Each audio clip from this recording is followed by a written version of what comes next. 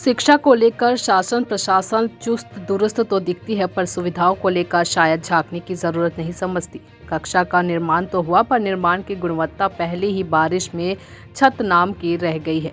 वर्षा का पानी छत से इस तरह कक्ष में गिरता है कि कोई कक्ष में बैठ नहीं सकता है, जिसकी शिकायत करते करते 7 वर्ष से अधिक हो गए हैं। शिक्षा के हित और असुविधा पर कुछ नहीं हुआ है। आज हालात बद से बदतर हो चुकी है। शाला संचालित है, उनके भविष्य की हम क्या कल्पना कर सकते हैं। दंतेवाड़ा विधायक देवती कर्मा ने शिक्षा मंत्री माननीय प्रेमसाय सिंह टेकाम से पत्र लिखकर नवीन भवन हेतु आग्रह किया। मुख्यमंत्री के दंतेवाड़ा प्रवास पर जिला पंचायत अध्यक्ष तुलिका कर्मा ने मांग की, पर शायद बालिकाओं की शिक्षा उपयुक्त वातावरण ऐसी व्यवस्था दे पाने में प्रशासन नाकामयाब है। हाई स्कूल हायर सेकेंडरी की छात्राओं को केवल बौद्धिक शिक्षा ही देकर काम चला लिया जा रहा है। न खेल मैदान है, न प्रार्थना स्थल है, न ही सांस्कृतिक कार्यक्रम के लिए स्थल है। शाला समिति के अध्यक्ष जितेंद्र चौधरी ने News+21 को बताया, प्रयास जारी है। हमारा प्रयास नवीन स्थल पर सर्व सुविधा युक्त शाला कैंपस के लिए है, जहां पर छात्राओं का संपूर्ण विकास हो और जिले राज्य का गौरव बढ़े। बचेली से फकरे आलम की रिपोर्ट। स्कूल स्थापना 1981 में हुआ। 1981 में 9 से चालू हुआ। 9 से चालू हुआ है और हर साल एक क्लास बढ़ते हुए आज 12 तक का है जी। यहाँ पर कौन कौन से विषय की पढ़ाई होती है? कला का होता है सर, और विज्ञान का, और इस साल से व्यावसायिक शिक्षा भी शुरू हुआ है, हेल्थ केयर का और IT का, कंप्यूटर क्लास का। टीचर स्टाफ कितने हैं?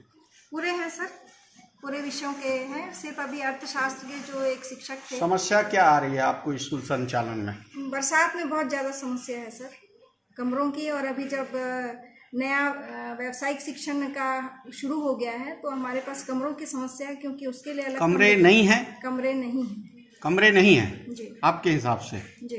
और जो अभी हम लोगों ने देखा कमरे की अव्यवस्था, पानी सीपेज हो रहा है, चारों तरफ पुराने खाली पड़े हैं, उसके लिए आप क्या कहना चाहेंगे? अभी आप कह रहे हैं कि कमरे नहीं हैं और आपके पास कमरे हैं, उसके बावजूद वो खाली पड़े हैं, किस कारण से? स्थिति सर आप लोगों ने खुद देखी है, बरसात में वो बैठने लायक नहीं रहते हैं, और हमने इसके लिए सब जगह एप्लीकेशन दिया है और हमारे अधिकारियों ने कहा है कि जल्द से जल्द उसकी व्यवस्था यहाँ पर की जाएगी, कमरों को सुचारू। ये समस्या इसी साल आई है कि हर साल की समस्या? तो आप लोगों ने कई बार लिख के दिया होगा, फिर भी उसके ऊपर कोई कार्रवाई नहीं हुई? नहीं, अभी तक तो फिलहाल नहीं हुई है सर।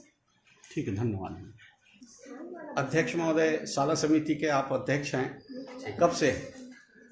विगत 2 वर्षों से मेरी नियुक्ति हुई है यहाँ पे जी अध्यक्ष के रूप में। तो आपकी तरफ से कोई प्रयास नहीं किया गया? जो जी, लगातार हमारे द्वारा प्रयास किया जा रहा है। ये जो शाला स्कूल का जो भवन का निर्माण, नए भवनों का निर्माण हुआ है, हायर सेकेंडरी के लिए लगभग 6 कमरों का निर्माण हुआ था और एक स्टाफ रूम, एक हॉल का, लेकिन वो शुरुआती समय से ही एकदम जर्जर हालत में है। इस पर जो निर्माणाधीन जो एजेंसी है उसकी यहाँ लापरवाही दिखती है और जो ठेकेदार है उसकी लापरवाही का जो खामियाजा है हमारे बच्चे यहाँ भुगत रही हैं। उसमें से 2 कमरों में ही क्लास संचालित किया जा रहा है, एक स्टाफ रूम है और दूसरा प्रिंसिपल रूम, ये 2 है। हॉल भी पूरी तरह से जो है सीपेज है और वहाँ ना इलेक्ट्रिकल का काम हो सकता है, वहाँ शॉर्ट सर्किट होता है, तो वहाँ बच्चों को नहीं बिठाया जा सकता। इसके लिए लगातार विधायक मैडम से भी हमने पत्राचार किया है, शिक्षा विभाग से भी पत्राचार किया है, कलेक्टर साहब को भी हमने पत्र दिया है, इसके अलावा मुख्यमंत्री और शिक्षा मंत्री को भी हमने पत्राचार किया है, लेकिन अभी तक कोई कार्रवाई नहीं हुई।